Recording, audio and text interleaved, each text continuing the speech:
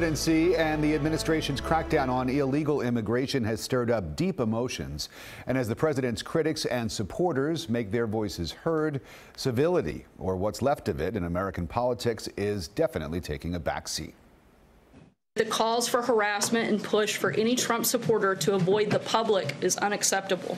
The White House spokeswoman denouncing threats made against her and other Trump officials after a Virginia restaurant owner's decision to kick her out over her politics. I was shocked that somebody would refuse service to anyone, in America. The president's tactics and behavior should never be emulated. Sanders was at the Red Hen restaurant in Lexington, Virginia on Friday night when the owner approached and asked the White House press secretary to leave. The owner telling the Washington Post she believes Sanders works for a, quote, inhumane and unethical administration. Meantime, Florida Attorney General Pam Bondi was heckled at a movie theater in Tampa Friday. Shame on you! Shame on you! And last week, the Homeland Security Secretary was heckled at a D.C. Mexican restaurant.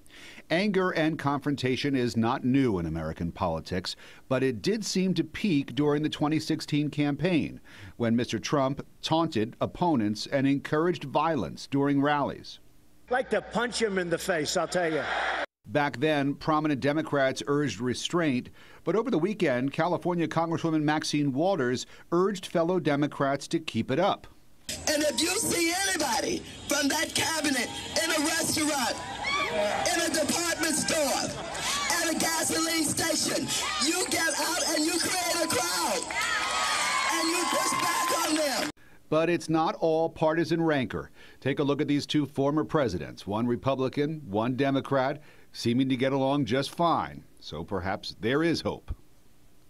And in case you missed it, in that picture, President Bush was wearing Bill Clinton's socks when the two men met. And remember, President Clinton kept Mr. Bush from winning a second term, and he's still wearing the socks. I guess time heals all wounds. Sorry.